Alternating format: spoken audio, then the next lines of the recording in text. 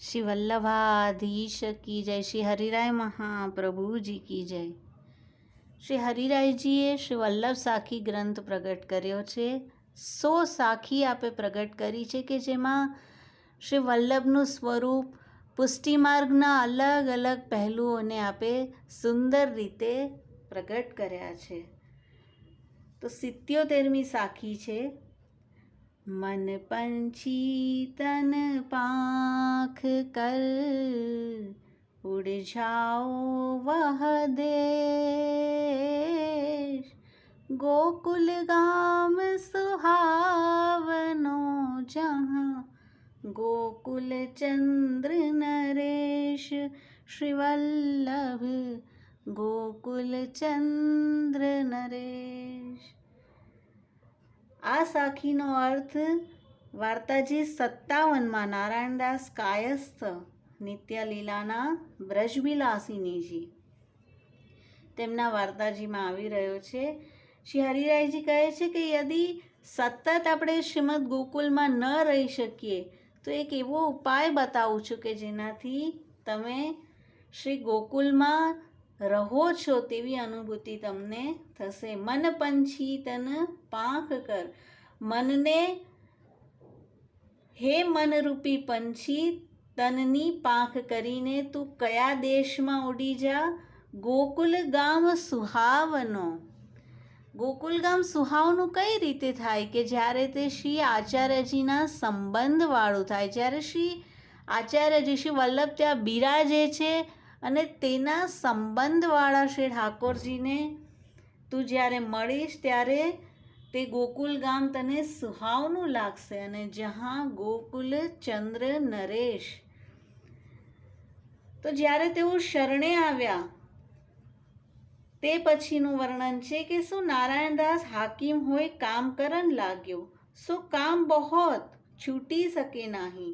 શ્રી ગોकुल आइवे को मन बहुत, શ્રી આચાર્યજી કે દર્શન કો મન બહોત. ગોકુલમાં આવવાનું પ્રયોજન શું છે? શ્રી આચાર્યજીના દર્શન કરવાનું. તબ નારાયણદાસ એક મનુષ્ય ચાકર રાખ્યો, વાકો મહિના ₹4 કરી દિયો.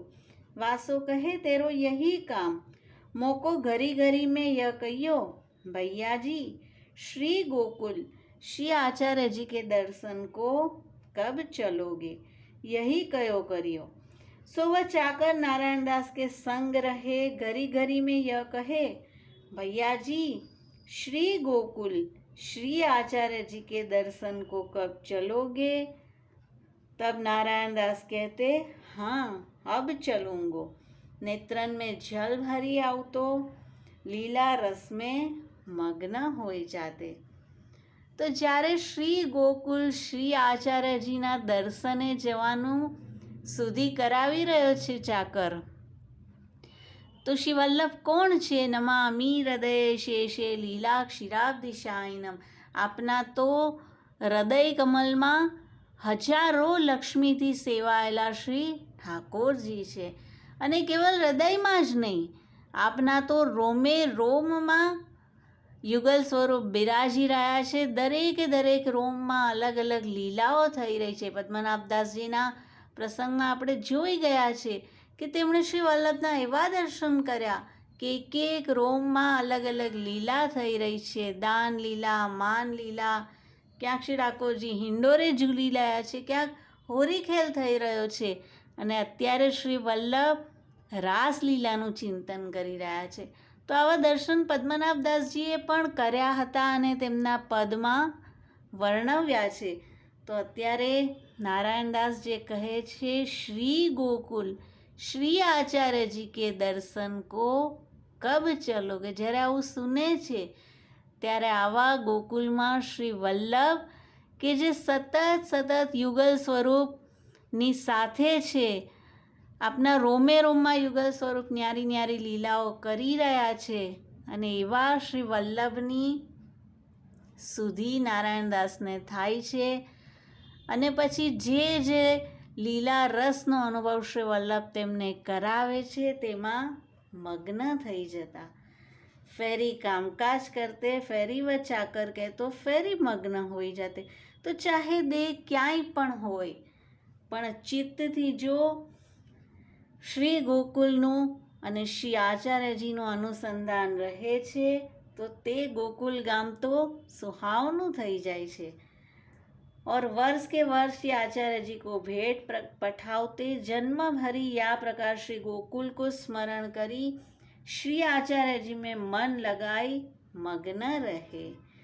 सो नारायण दास ऐसे भगवदीय भय. તો આપણા શ્રી હરિરાયજી આ દરેક સાખીમાં એટલા બધા સુંદર ભાવો, એક પણ આપણું પુષ્ટિ માર્ગનું કંઈ પણ એમાં બાકી ન રહે તે રીતે આપણે તેમાં પ્રગટ કર્યું છે. શ્રી વલ્લભાધીશ કી જય. શ્રી હરિરાય મહાપ્રભુજી કી જય.